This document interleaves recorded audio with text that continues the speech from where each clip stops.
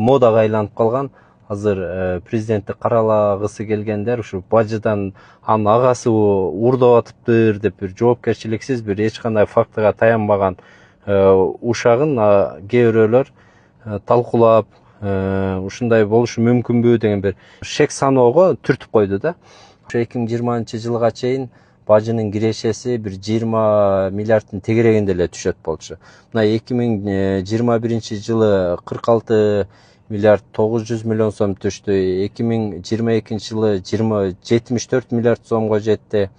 2023-жылы 111,5 миллиард сом киреше түшкөн. 2024-жылы 123,1 миллиард сом, өткөн жылы 2025-жылы 157,4 миллиард киреше түшкөн. Мурдагы жылдарга салыштырмалуу бажы тармагынын кирешеси учурда 4,5 эсеге көбөйдү.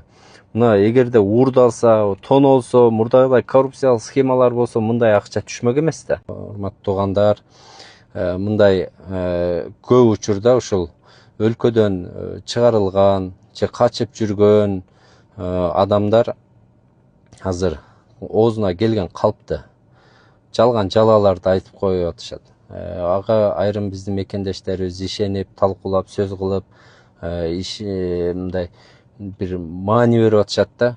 Сиздерде ушул учурдан пайдаланып, качып жүргөн, күндө ар кандай жалган маалыматтарды чыгарып, ошодон рахат алгандарды мындай ээрчибесеңиздер, ошолорго ишенбесеңиздер деп чакырат элем.